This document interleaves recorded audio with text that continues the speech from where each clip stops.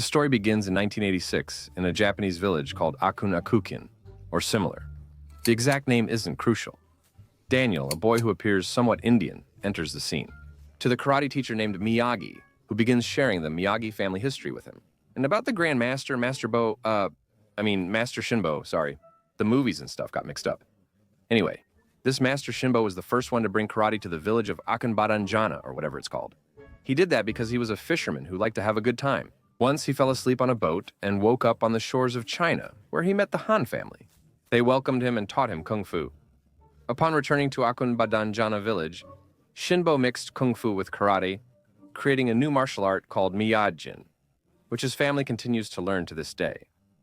Let's go to Deakin, China's capital, to the Holly family's kung fu school.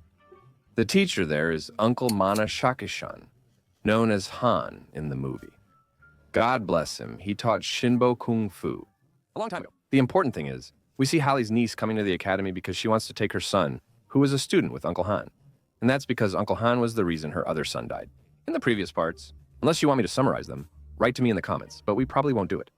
The important thing is that Uncle Han is attached to Lee, and Lee is attached to Kung Fu and Han. But Lee's mother insists on taking her son with her to New York because she found a new job there, and they can build a new life away from Kung Fu. Despite his reluctance, Lee obeys his mother and moves to New York. There, he struggles to cope with the pollution, crowds, and the secular American lifestyle, which clashes with his beliefs, since he was raised in a conservative Chinese Eastern family. Anyway, he meets friends, goes to school, and after a busy day, he goes to order pizza, and we notice. He was attracted to the cashier girl, whose name is Maya, and Maya also liked him. While helping her carry things, they began talking. He offered to teach her Chinese in exchange for her showing him around New York, and letting him experience the city's true character. When he goes home at 10, he tells his uncle about his day, that he met a girl named Maya, and it seems that his mother was happy because she had been worried about him. Since Natasha's death, Lee has been struggling with emotional dryness. Fortunately, he meets Maya, who he teaches Chinese to, and she shows him around New York in return. They encounter Maya's ex, Connor, who also plays Knofak Roddick and is very immature. And since Maya's ex is jealous, he thinks she's with Lee, so he bullies him and punches Lee in the eye. Then Maya leaves with Lee. They go to her dad so he can do makeup to cover up the bruise. And if you're wondering, where did her dad learn makeup? Her father, Viktor, a former fighter, would come home beaten up. So his wife applied his makeup until he learned to do it himself. So why is he scared of school? He finds Konar, who starts bullying him about his bruised eye. He gets angry and tries to fight back. But even after getting beaten up, he still looks tough. Guards stopped Konar from beating him up. Konar said, "Don't act tough. You embarrassed me by winning the 5th biology championship, which no one thought possible for 5 years. I'm not sure how this is relevant, but I don't know what to do." It's like playing soccer with someone and asking them to join a 5-a-side match without knowing their true skills. The crucial detail is that the upset person returns home at night and approaches Salah's motorcycle, which is parked by the house near the delicious food shop. However, 2 men with malicious intent approach him with a baseball bat. But fortunately, his friend Viktor emerges to take out the garbage. He tells them to leave Lee alone, but the gang easily hits him from behind and knocks him out. Then they go to beat up Lee on orders from someone named Oshia or O'Shea, whatever. But of course, Lee gains the power of love and friendship and manages to get out of trouble. He starts fighting 3 guys alone until they flee, as we watch. Viktor was present but enjoyed watching Lee's performance. Viktor takes Lee to a restaurant, where it's revealed that O'Shea's men were after Viktor, not Lee, due to Viktor's debt to them. He's in danger from gangsters and asks Lee to teach him kung fu for self-defense, like Lee did before. Lee says, "God bless you, but you're expecting too much." This showcases the power of love and friendship, which the director emphasized. So Victus tells him that he used to be the best fighter in the city, and no one could beat him until he had Maya, and then he needed to start a more stable business. Now that he has a daughter, he quit fighting and opened a pizza restaurant. However, he's in debt and risks losing everything. Despite his reluctance, he's forced to enter a fighting tournament again just for the prize money to pay off his debts, without any training. And after a bit of persuasion, why does he agree? Why does he take Viktor, the one who wears his boxing gloves? He begins training to improve his speed, punching technique, and other skills. While the 2 train, Maya enters and speaks with her father, as he doesn't plan to return to killing after so many years. If Mike Tyson's wife had said that to him, we wouldn't have seen the mess we witnessed. God is my witness against him. Anyway, Mike tells Viktor and Lee that they're doing this at their own risk, and she leaves them and goes to run the pizza place. After intensive training, Viktor's back in shape, Mike admits she doubted him, but sees he's on the right path now, unlike Lee. He sulks in the restaurant, repeatedly punching a bag until Viktor notices. They then go have apple juice together. Lee tells him that a year ago, after his brother Bo won a tournament, Bo's opponent, who played unfairly, wanted revenge on him. When they exited, a larger gang was waiting outside, and a fight ensued. Despite their bravery, they were outnumbered and overpowered.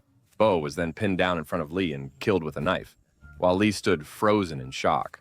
Lee carried guilt for not defending his friend, who insisted it wasn't Lee's fault, and that anyone would have felt the same in that situation. He'll understand that anyone would be shocked and unable to react in that situation, and since it was in the past, he should move forward. Maya confesses her love for Lee and kisses him before Viktor's tournament, where Lee is still grieving his brother's murder that he witnessed. This costs Lee both in this world and the next in Maya's father's eyes. Viktor enters the ring and initially gets beaten up. However, he soon warms up and destroys his opponent. The fighter then gives Viktor a signal, revealing they're working together. Viktor lands an illegal elbow strike, then keeps going at him. If you didn't know, an elbow strike like that is enough to crack a skull, for example. Viktor and his opponent fall to the ground in front of the spectators. Another intense scene, and Aban Mamaya takes Viktor from the hospital. Why? Because he was so shocked he didn't know how to react. He returned home, discarded everything kung fu related, and retired, living in depression for a long time. He's unable to talk to anyone after the incident. Upon returning home, his mother is absent, and with the lights off and window open, he prepares for the worst. A stranger suddenly attacks him. They fight, with him blocking the attacks, until the stranger hits his leg and slams him into the power switch, turning on the lights. I know he was just joking, Uncle Hanan, but the joke went too far, maybe 2 or 3 times too far. Was it really necessary? Why? Don't go inside the house. Filio Han sits for lunch as if he's doing anything, and when Tehan tells him they're going to visit Viktor, who's sick, on another day, Leo Han goes to visit Viktor at the hospital. Occasionally, Ahan and Leo discover the restaurant was seized because he failed to win the championship, resulting in no earnings and unpaid bills. He likes to act tough like that, so he tells Viktor that there's a Chinese saying, "My friend's problem is my problem." Sometimes Ahan tells Leo that they're going to help Viktor by entering a competition that's happening in 10 days.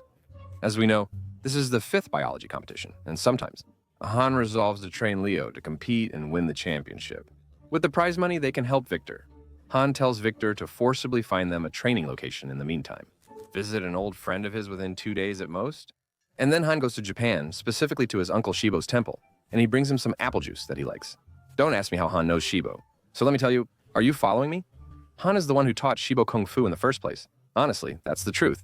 Anyway, Daniel, the best of friends, enters the temple. Han informs him that Master Miyagi has passed away and says, "I'm not here because of Miyagi, I'm here for you." He adds that Miyagi used to talk about him constantly, that he was his dear friend and his favorite student, and that he must become the teacher after Miyagi, especially now. He needs him to help train him in the Miyagi-style karate that his family is known for. So Han starts training Lee for the tournament, and after a while, a lot of things happen, or, we see what happens then. Uncle Daniel helps Han prepare for the tournament, training him in karate to complement his kung fu skills, as he needs both to defeat Connor. After rigorous training with his friends, the tournament day arrives, and the prize is $50,000. And the rules are that whoever gets 8 points first wins, or if someone knocks the other out, they win immediately. In his first fight, Lee wins by knockout, and in his second fight, he also wins. And so it goes until he reaches the final against Connor. Connor's determined to beat Lee and to knock him out, because he was close to X and all that. And Uncle Daniel tells Lee that the only way to beat Connor is to let him hit him a few times, and then strike back at the right moment. The knockout should be in the open spot, like a trap. Lee has learned the dragon kick. It sounds silly, but he's tried it before. In front of Connor, his mom, Milas, laughed at him. Daniel says Connor will expect her not to do it again, and that will be the bait. Pretend like she's going to do it, and then hit him in the leg, right in the open spot. After extensive training, the fight between Lee and Connor begins. Initially, Lee struggles, but the power of love and friendship strengthens him. From the director, Ibn al-Fataka, and the points are tied, 7 for Leo and 7 for Connor, and whoever lands a hit on the other will win.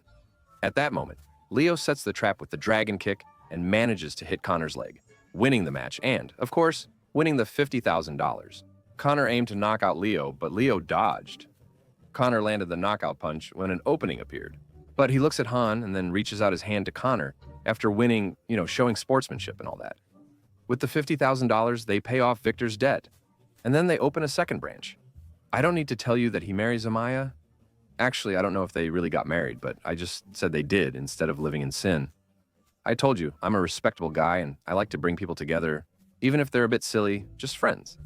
That was today's summary, and hopefully there will be more summaries in the future. But unfortunately, our editor has final exams now. So good luck, guys.